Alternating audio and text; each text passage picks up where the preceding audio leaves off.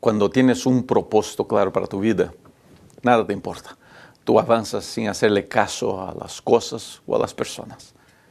En la lección de esta semana vamos a ver ejemplos de la reforma, de personas que tenían claro su propósito y de cómo impactaron al mundo. Así que comencemos este nuevo estudio a partir de ahora. Querido amigo, qué gusto recibirlos aquí en mi canal. Soy Rubén Bullón. Este video es el estudio de la lección de la Escuela Sabática, lección de número 5, que trae como título Fe contra todo pronóstico. Y comenzamos siempre con la lectura del verso para memorizar. Y usted acompaña en pantalla. En mi corazón he guardado tus dichos para no pecar contra ti. Salmos 119, 11. Una de las más grandes enfermedades que existe en el mundo moderno es el deseo de complacer a las personas. En ese deseo uno le hace caso a todo mundo. Se guía por la opinión ajena, se guía por lo que dicen o dejan de decir. Los medios sociales han creado una generación de personas que se mueve por los likes, por los seguidores. Esa generación es una generación que sufre de un mal que podemos llamarlo la falta de propósito, la falta de rumbo. Cuando yo no tengo un propósito, yo no estoy navegando por los mares de la vida. Navegar es saber a dónde quiero llegar. La gran mayoría de los seres humanos no navega, sencillamente flotan y van por donde los vientos los llevan. La lección de esta semana, nosotros vamos a ver personajes de la Reforma que nunca flotaron. Ellos navegaban en contra de las mareas, en contra de las tormentas, ellos navegaban porque ellos sabían a dónde querían llegar. Ese sentido de propósito, ese sentido de urgencia que ellos cargaban en su corazón. Ellos tenían una verdad muy importante que compartir, tenían algo muy grande que hacer. Y querido, cuando tú tienes un propósito, cuando tú tienes una misión, tú no le haces caso al ladrar de los perros que andan por el camino. Hay una frase que se atribuye al Don Quijote de la Mancha, pero que no está en el Don Quijote de la Mancha, que dice, que se cuenta, ¿no? Esa frase se atribuye al Don Quijote, donde Don Quijote le dice a Sancho, avancemos, si los perros ladran, quiere decir que avanzamos. Esa frase, yo estaba pesquisando sobre eso, y muchos llegan a creer que Rubén Darío, un gran escritor latinoamericano, cuñó esa frase, creó esa frase y lo atribuyeron al Don Quijote de la Mancha. Pero la verdad es esta. Uno cuando tiene propósitos, siempre alguien lo atacará. En Brasil se acostumbra decir que solamente se le tira piedra al árbol que está produciendo frutos. En Brasil, yo me acuerdo cuando trabajaba en el norte de Brasil, los niños iban y los frutos, los árboles de mangos son nativos en esa área, ¿no? Brotan así en todo lado. Y cuando los mangos se quedan bien maduritos ahí en el alto de los árboles, los niños le tiran piedra para quitar esos mangos y para saborear, ¿no? el rico sabor de un buen mango maduro. Y se creó esa expresión, solamente se le tira piedra al árbol que produce fruto. Así debería ser nuestra vida, con un propósito claro. Yo tengo una misión. Yo, Rubén, tengo una misión, tengo mi declaración de misión preparada y por eso avanzo sin hacerle caso a piedras, a críticas o insultos que puedan llegar a hacerme. Uno cuando es fiel a la palabra de Dios siempre tendrá oposición, siempre. Yo entiendo la oposición que la predicación del Evangelio tiene como una demostración de que avanzamos en el sentido correcto, con misión, con predicación, con ganancia de almas. Esta lección de esta semana es muy interesante porque nos ayudará una vez más a ver la urgencia de estos pioneros del protestantismo, de la predicación del Evangelio, del surgimiento del escrito bíblico en manos del pueblo. Y vamos a intentar de la vida de ellos sacar lecciones para nuestra vida y para seguir avanzando.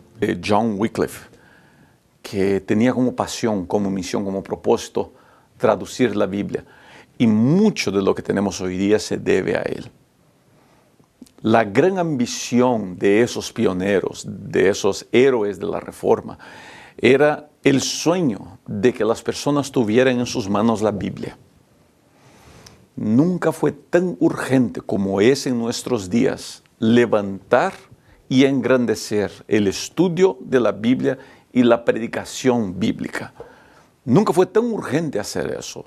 Sermos fieles al texto bíblico, sermos fieles a la interpretación bíblica, sin querer distorsionar las escrituras bíblicas para intentar abrazar agendas que claramente son antibíblicas. Es muy importante que el estudio de la Biblia se haga presente en todos los lugares. La semana pasada estudiamos de cómo los valdenses crearon en los niños valdenses la urgencia por entender la Biblia.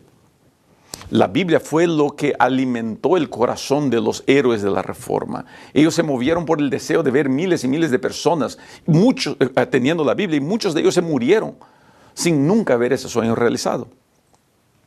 Hay una porción aquí de la lección de domingo que yo quisiera leer con usted. Creo que el pastor Mark Finley, autor de la lección, escribió un texto muy hermoso en la lección del domingo. Quisiera compartir una cita con usted. Acompañe, por favor, en pantalla. Las Escrituras irradian gozo a nuestro dolor, esperanza a nuestro desaliento, luz a nuestra oscuridad. Dan dirección a nuestra confusión, certeza a nuestra perplejidad, fortaleza a nuestra debilidad y sabiduría a nuestra ignorancia. Cuando meditamos en la palabra de Dios y confiamos por fe en sus promesas, el poder vivificador de Dios vigoriza todo nuestro ser, física, mental, emocional y espiritualmente. Vuelvo a repetir, querida amiga, querido amigo, tenemos que hacer urgente el estudio de la Biblia en nuestra vida. A mí me gusta mucho estudiar la Biblia con un cuaderno o con un bloque de papel al lado, donde voy tomando mis notas, donde voy escribiendo, donde las ideas van surgiendo. Si encuentro un texto que puede ser de apoyo a un concepto, a un principio, a una doctrina, le hago nota, lo subrayo. Yo comúnmente para predicar uso una tableta, un iPad, pero para mi estudio personal uso una Biblia de tapa azul. La primera Biblia grande de predicación que recibí, mi padre me la regaló y escribió una dedicatoria muy bonita y guardo esa dedicatoria en todas las Biblias que tengo. La primera Biblia de predicación que tuve fue en portugués porque vivía en Brasil en esos entonces. Hoy día mi Biblia de estudio es en español porque es el idioma con el que más trabajo en estos días, aunque el portugués todavía sigue siendo mi primer idioma. Ahora, ¿sabes qué yo quisiera pedirle a usted ahora? En esta lección de domingo, quisiera su consejo, quisiera su participación en este video. Para usted, ¿cuál es la mejor manera de estudiar la Biblia? O quizá usted pueda compartirnos la mejor manera de estudiar la Biblia, pero ¿cuál es la mejor manera para usted? ¿Cómo usted estudia la Biblia? Yo quisiera que escribas en los comentarios, porque las personas leen los comentarios y de las muchas ideas que pueden aparecer, podrán sacar buenas ideas. Y todos nosotros, en nuestra experiencia, en nuestra caminada con Cristo, terminamos desarrollando maneras de estudiar el libro bendito de la palabra de Dios. Y queridos, al escribir en los comentarios, escriba cómo es que usted hace, ¿está bien? No es que usted piensa que se debe hacer, no, quisiera saber qué es lo que usted hace para estudiar la Biblia. ¿Cómo le parece a usted mejor estudiar la Biblia? Pastor Rubén, ¿hay una mejor manera, una manera más correcta de estudiar la Biblia? Yo creo que no. Yo creo que lo correcto es estudiar la Biblia. ¿Cómo vas a estudiar la Biblia? Hay muchas maneras. Por ejemplo, el folleto de la lección de la escuela sabática es una manera de estudiar la Biblia. Otra manera de estudiar la Biblia es con una guía de grupos pequeños, una guía de estudios bíblicos. Una otra manera muy común de estudiar la Biblia es hacer el año bíblico leyendo al mismo tiempo la serie del conflicto de los siglos, que son los 5 libros de Ellen White que cuentan la historia de la humanidad. Esa es una muy buena manera de hacer el año bíblico. Hay muchas maneras. Leer la Biblia con una concordancia bíblica o con un comentario bíblico. Todo eso nos ayuda a tener una mejor visión. Y para usted, ¿cuál es su consejo? ¿Cómo usted estudia la Biblia y cómo usted sugiere que las personas estudien la Biblia? Espero que de las muchas ideas que van a aparecer en los comentarios, nosotros tengamos condiciones de crecer en William Tyndale, es otro de los héroes de la Reforma. Su gran herencia para la iglesia fue la traducción de la Biblia. De su traducción de la Biblia fue la base para la famosa traducción del King James. La famosa traducción King James para la Biblia americana, para el inglés. Este caballero dedicó su vida a la predicación, al estudio de la Biblia y murió. Fue condenado por su deseo de hacer con que la Biblia llegara a la mano de las personas. William Tyndale vivió la fe de manera digna. Y hablando en vivir la fe de manera digna, su gran misión fue transmitir la enseñanza bíblica a las personas. Ahora, y es aquí donde me gusta mucho hacer ese juego, ¿cómo yo, Rubén Bullón, o usted, Juan, María, Dolores, como se llame usted, cómo usted puede transmitir la palabra de Dios? Muchos pensamos que la única manera de transmitir la palabra de Dios es tocando puertas y dando estudios bíblicos. Y es una muy buena manera de transmitir la palabra de Dios, innegablemente. Pero hoy día, muchos podemos hacer con que la palabra de Dios sea transmitida de maneras muy sencillas y muy rápidas para nosotros, que es a través de los medios sociales. Como sería lindo que todos nosotros nos dedicáramos a usar nuestros medios sociales para predicar el Evangelio, para anunciar aquello que creemos que es correcto en la Biblia. Yo trabajo aquí con medios sociales, trabajo en YouTube, en Facebook, en Instagram. Estoy queriendo entrar a TikTok, no me da el tiempo. Pero me he dedicado a anunciar, a predicar y a hablar. En los, voy a decir, 10 años que trabajo con medios sociales, he conocido un sinfín de amigos y gente linda que me apoya, que ora por mí. Y a usted que saca tiempo de orar por mí, no tiene idea de cuánto se lo agradezco por eso. Pero en esa jornada toda he encontrado gente que no está de acuerdo conmigo, que piensa que yo estoy muy equivocado. Y quiero imaginar que en su honestidad y en su sinceridad piensan que ofenderme o atacarme a mí o a mi familia sea la mejor manera de hacerlo, ¿no? En lo personal estoy en desacuerdo con eso, pero cada uno tiene el derecho de hacer lo que quiera. Pero interesante es que durante esta jornada he encontrado gente que está en desacuerdo conmigo y yo en desacuerdo con ellos y tenemos una buena relación y nos llevamos bien y respetamos nuestras discordancias. Y hay una cosa que admiro mucho en esas personas, es que su misión no es atacar A, B o C. Ellos tienen claro que su misión es predicar el Evangelio. Desde su perspectiva, desde su entendimiento, sin preocuparse si yo o cualquier otro está de acuerdo o en desacuerdo con ellos. Ellos creen de esa manera y lo predican. Y yo admiro mucho eso. Admiro mucho el deseo de anunciar la verdad que yo la entiendo correcta. Yo no voy a estar de acuerdo con mi esposa 100% o con mis hijas 100%. No necesito estar de acuerdo con usted todo el tiempo para juntos predicarnos el mismo Dios, el mismo Cristo y la misma salvación. Este caballero, William Tyndale, se dedicó a la predicación del Evangelio y a la traducción de la Biblia. Y quiero leer una porción de la lección que me llamó mucho la atención y muestra todo lo que este caballero logró hacer porque tenía un propósito claro para su vida. Acompañe en pantalla. A los 4 años de su muerte se publicaron 4 traducciones inglesas de la Biblia. En 1611 se imprimió la versión bíblica del Rey Jacobo, o en inglés King James, basada en gran medida en la obra de Tyndale. Los 54 eruditos que elaboraron la obra se basaron mayormente en la anterior traducción inglesa de Tyndale. Una estimación sugiere que el Antiguo Testamento de la Biblia King James de 1611 es un 76% traducción de Tyndale y el Nuevo Testamento es un 83%. En 2011, la versión King James celebró su 400 aniversario y superó el hito de los 1.000 millones de Biblias impresas. al haber sido traducido a 2.454 idiomas, ha impactado a decenas de millones de personas en todo el mundo. El sacrificio de William Tyndale valió la pena. Y siempre valdrá la pena el sacrificio por Cristo, el sacrificio por Dios, el sacrificio por un propósito. Oro en mi corazón para que usted pueda entender cuál es el propósito de Dios. Del día martes trae una historia muy interesante de John Knox con la reina de Escocia, María.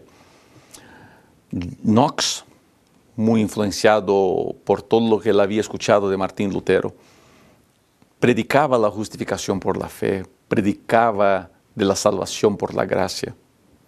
Al mismo tiempo, los líderes religiosos de la Iglesia Católica le predicaban a María, reina de Escocia, que la salvación era por las indulgencias, por el sacrificio. Cuenta la historia que María le escribe a John Knox y le dice: usted interpreta las Escrituras de un modo y ellos, los maestros católicos romanos, la interpretan de otro. ¿A quién creeré y quién será juez? Interesante esa historia, ¿no? Esa historia es la realidad de muchos de nosotros hoy día. Hoy día no es una batalla de John Knox con los líderes religiosos. Hoy día es una batalla en las redes sociales, donde el pastor A dice A, el pastor B dice B, el pastor C dice C. Y uno pues termina creyéndole al pastor que le cae mejor, lo que puede llegar a ser un error. Una de las cosas muy interesantes que pasó en la época de los reformadores es que todos ellos entendían, uno, la importancia del estudio de la Biblia. Y creo que eso es donde en ese punto estamos fallando y fallando mucho. No le estamos dando atención al estudio de la Biblia como lo deberíamos dar. Está mucho más fácil acompañar mensajes en internet y pensamos que porque el pastor me cae bien y dijo determinada cosa, debe de entonces ser verdad. No, jamás acepte algo sin confrontarlo con la palabra de Dios. Y siéntase libre en estar en desacuerdo. Yo siempre digo eso. Yo no tengo problema con gente en desacuerdo conmigo. De verdad no tengo. Si usted piensa que lo que yo predico está mal, mi querido, no hay ningún problema. Esa es una responsabilidad y un derecho suyo. Confronte mi enseñanza con la palabra de Dios. Y si piensa que estoy equivocado, pues no siga mi enseñanza. Así es la vida, así de sencillo. Mucha gente me dice: pastor, es que usted tiene que escuchar el sermón de fulano de tal. Yo no estoy de acuerdo con fulano de tal. ¿Por qué voy a escuchar su enseñanza? Al confrontarlo con la Biblia, veo que está equivocado. Entonces, si veo que está equivocado, pues yo no lo voy a seguir. No puedo seguir a alguien que yo creo que está equivocado. ¿Se da cuenta de eso? Y el consejo de John Knox a María, la reina de Escocia, es muy interesante y voy a poner en pantalla para que usted pueda acompañar. Acompañe, por favor. Debe creer en Dios, que habla con sencillez en su palabra, y más de lo que la palabra le enseña, no debe creer ni a unos ni a otros. La palabra de Dios es clara en sí misma, y si parece haber oscuridad en algún lugar, el Espíritu Santo, que nunca se contradice a sí mismo, lo explica con más claridad en otros lugares, de modo que no queda lugar a dudas sino para quien decide obstinadamente permanecer ignorante. Y es aquí donde está el secreto de John Knox y de todos los reformadores. No era solamente estudiar la Biblia, era estudiar la Biblia permitiendo que el Espíritu Santo los guiara. Cuando yo voy a la Biblia para probar mis puntos, yo estoy cometiendo un equívoco. Yo necesito ir a la Biblia con el corazón abierto a la posibilidad de que yo y mis puntos estemos equivocados. Yo tengo que tener esa habilidad. De otra manera, yo no estoy pidiendo que el Espíritu me guíe, yo estoy pidiendo que el Espíritu me confirme. La Biblia jamás me va a dar validación, la Biblia me va a dar revelación, me va a confrontar con mis fallas, con mis errores. Por eso es muy importante estudiarnos la Biblia, siempre pidiéndole al Espíritu Santo: guíame por este estudio. Yo recibo algunos mensajes de personas que me dicen, pastor, ¿por qué no ora antes de comenzar su estudio aquí en la internet? Yo oro cuando estudio, yo oro antes de comenzar a grabar.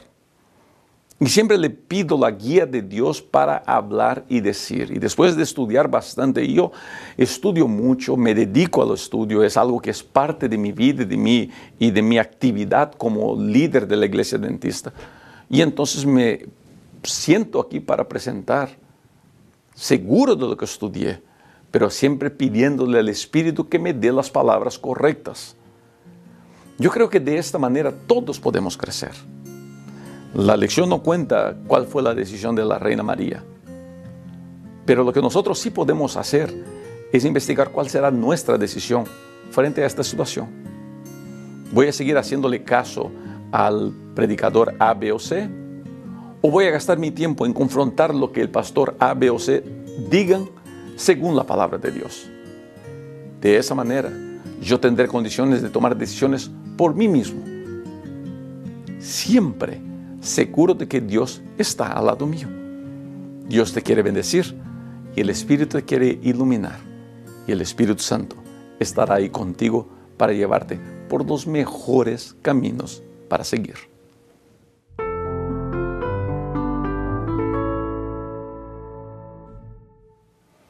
Una de las enseñanzas muy comunes en los tiempos de la Reforma, que fue fuertemente combatida por todos los reformadores, era la idea de que la salvación era parte obra de Dios y parte obra humana. De que el ser humano tenía un papel que jugar en la vindicación del carácter de Dios o mismo en el proceso de su salvación. De que él tendría que hacer alguna parte, de que le tocaba a él cumplir algunas obras. Y todos los reformadores, todos fueron en contra a esa idea. La idea de que el ser humano es parte de la obra de salvación es una idea antibíblica. Es una idea que no brota en el corazón de Dios claramente, porque no tiene ningún respaldo en la palabra de Dios. Lo que la Biblia sí enseña es que la salvación es única y exclusivamente por la gracia, sin ninguna participación del ser humano más que aceptarla. Y algunos llegan a decir incluso que no es el hecho de aceptarla, sí el hecho de no rechazarla. Bueno, esa ya es una discusión filosófica mucho más larga que no tengo condiciones de hacerla aquí en este estudio de la lección. Pero yo prefiero creer de que la actuación del ser humano en el proceso de salvación es aceptar la salvación, es aceptar a Cristo como su Salvador personal. Ahora, ¿quiere decir eso que no importa lo que yo haga? Y obviamente no. Queridos, voy a decirles una vez más, haz todo lo posible para que seas bueno. Pórtate bien lo máximo que puedas. Es noble querer ser bueno. Es noble querer ser perfecto. ¿Quién en su juicio sano no quisiera vivir una vida sin pecado? Todos nosotros. ¿Cómo yo quisiera no tener pecados? ¿Cómo yo quisiera no caer, no fallar? ¿Cómo yo quisiera ser un esposo perfecto y un padre perfecto? ¿Cómo yo quisiera ser un hijo perfecto, un hermano perfecto, un pastor perfecto? Y te puedo garantizar que me esfuerzo mucho para hacerlo. Pero yo sé, y no porque Dios no me pueda hacer perfecto, y sí porque mi humanidad lucha en contra de todo lo que es divino. El apóstol Pablo llama a eso del pecado que mora en mí. El deseo de hacer lo que es malo. Yo quiero hacer lo que es bueno, pero no puedo. Como si alguien en mí me llevara a hacer lo que es malo. Y los reformadores entendieron ese concepto, el concepto de que todo es por la gracia, todo es por Cristo. Pero queridos, valdría mucho la pena que nosotros por lo menos dialoguemos de este tema. Si todo es gracia, entonces ¿cuál es el lugar de las obras? Las obras, y al estudiar la Biblia, yo me convenzo más y más de eso. Las obras no son un objetivo en sí. Las obras son una consecuencia de alcanzar algunos objetivos. ¿Cuál debería ser el objetivo del cristiano? ¿Cuál debería ser el objetivo, la gran ambición del seguidor de Cristo? Y según la palabra de Dios, en especial en Juan capítulo 15, permanecer en Cristo. Más permanezco en Él, más semejante a Él. Si yo pudiera estar en Cristo 24/7, no existiría pecado en mí. Si yo tuviese la capacidad de permanecer en Cristo todos los días, todos los momentos, horas, minutos, segundos, de seguro no habría pecado en mí. El pecado que mora en mí no es por la limitación de Dios, y sí por la incapacidad humana, por la falla del ser humano. Si el ser humano supiera sacar provecho de todo lo que Dios tiene para ofrecerle. Las buenas obras no pueden ser un objetivo. Yo no vivo para cumplir buenas obras, yo vivo para estar en comunión con Dios. Y mientras más en comunión con Dios y más sirviendo a Dios, más obras veré en mi vida. En otras palabras, las obras son una consecuencia de estar en Cristo. Algo que brota naturalmente en mí. Yo no sé cuándo dejé de ser grosero para ser amable, pero yo sé que ahora en Cristo soy una persona amable.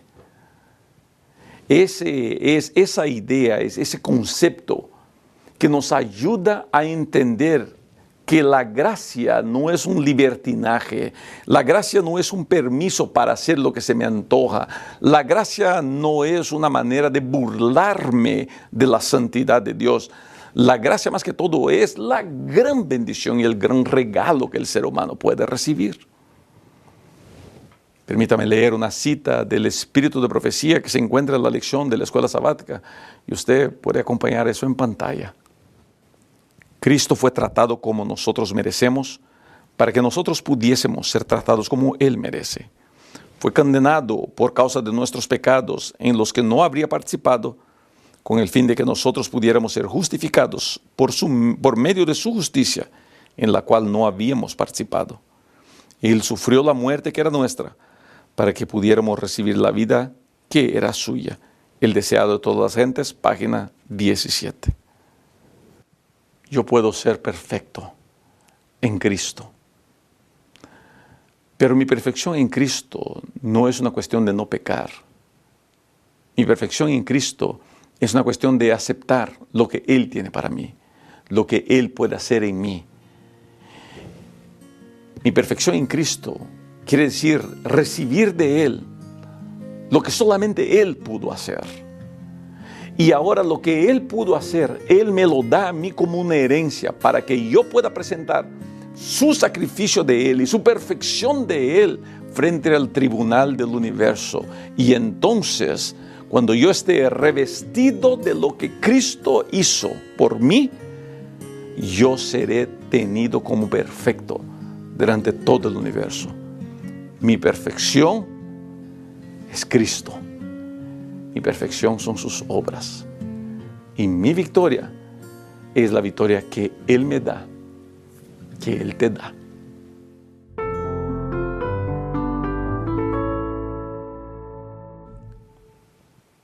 Una de las más grandes demostraciones de que estoy salvo en Cristo es un cambio en mi vida, en mi manera de ser. Voy a repetir, más en Cristo, más cambios veo. Más conectado a la vid, más frutos veo. Mira, las ramas no hacen campaña para dar uvas. Las ramas se conectan a la vid. Y las frutas, las uvas, serán una consecuencia de una buena decisión. La lección del día jueves habla de cómo la obediencia es el fruto de la fe. Y esa es una muy bonita expresión. Obedecer a Dios tiene que ser algo que brota de mi comunión con Él. Algo que brota de mi entendimiento de su sacrificio por mí. Cuando yo veo todo lo que Cristo hizo por mí, es mi deseo alabarlo con mi vida. Y una de las mejores maneras de alabar a Cristo es buscando en Él fuerza para dejar malos hábitos. O sea, cuando yo estoy en Cristo, yo quiero ser mejor. Yo deseo ser mejor. Pero como no tengo fuerzas para eso, me aferro más a Él. Y la consecuencia natural de andar en Él, de escuchar música de Él, de leer la palabra de Dios, de hablar de su amor a otras personas, la consecuencia natural de eso es que yo poco a poco dejaré de tener ganas de estar bebiendo de fuentes impuras de pecado y de miseria. Cuando yo tengo un objetivo, una conexión, todo lo demás se puede hacer a un lado. Querido, Cristo nos invita a estar en comunión con Él. Y esa comunión tengo para mí que brota de un entendimiento un poco más claro de toda la maldad que habita en nosotros. La lección del día jueves cuenta la historia de John Wesley cuando asistió a una reunión mientras moraba en Londres y quedó asombrado, dice la lección, cuando escuchó por primera vez la introducción de Martín Lutero al libro de los Romanos. Y dice la lección que Wesley dijo: sentí que confiaba en Cristo, solo en Cristo para la salvación, y tuve la seguridad de que Él había quitado mis pecados, aun los míos, y me había salvado de la ley de pecado y de la muerte. Es eso lo que le pasa a alguien que entiende finalmente lo que significó la muerte de Cristo. Cristo murió en la cruz del Calvario y su muerte y su resurrección significan el fin del gran conflicto. Después de su muerte y de su resurrección y que se presentó delante del Padre, ya no hay más ninguna posibilidad de victoria para el enemigo. El futuro está sellado. La victoria está garantizada. Consumado es, dijo Jesús en la cruz. Se acabó. No hay la menor condición de victoria para el enemigo. Y usted y yo somos partícipes de esa victoria, de esa bendición. Queridos amigos, queridas amigas, es muy importante entender que gracia no anula buenas obras. Gracia se sobrepone a buenas obras. La gracia siempre será lo principal y las buenas obras siempre serán una consecuencia. Cuando las buenas obras pasan a ser lo principal, entonces estoy viviendo una doctrina que, por bonita que pueda sonar, es antibíblica.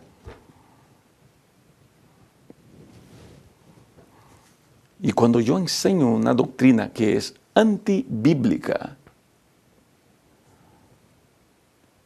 por bonita y noble que suene esa doctrina, es una doctrina satánica. Porque en la vida no hay término medio: o estoy en Cristo y en su palabra, o estoy lejos de su palabra con el diablo. No hay término medio en eso. Y en Cristo y en su palabra, gracia. Únicamente gracia. En Cristo y en su palabra no hay gracia, pero hay esto, pero hay el otro. No. Todos esos peros son cosas extras que quiero añadir a la perfección de Dios. No vale la pena. Vuelvo a repetir, querido, pórtate bien. Yo le digo eso a mis hijos, tengo 2 hijas. Yo les digo a ellas: pórtense bien. Lo mejor que se pueden portar. Cuando yo salgo de casa, miro al espejo y le digo: Señor, ayuda a portarme bien. Estos días fui a jugar fútbol y me calenté la cabeza, ¿no? Y discutí con un muchacho en la cancha. Volví a casa sintiéndome un fracasado. Porque no me gusta. Yo sé que es una pérdida de tiempo discutir con alguien por fútbol. Pero cometí ese error. Quisiera decirles a ustedes de que el muchacho me pisó el pie o qué sé yo, ¿no? Pero la verdad es que yo cometí un error. Me sentí tan mal, ¿sabes? Demoré a dormir esa noche triste, pensando, pero ¿por qué sigo con esas batallas en mi corazón? Y al orar antes de dormir, le decía, Señor, necesito de ti. Necesito de tu amor, de tu gracia, que me perdones, pero que me restaures. Porque yo no quiero dejar de jugar fútbol, me gusta jugar fútbol, me hace bien. Pero no me quiero pelear con nadie porque me hace muy mal. Y yo sé que deshonra tu nombre.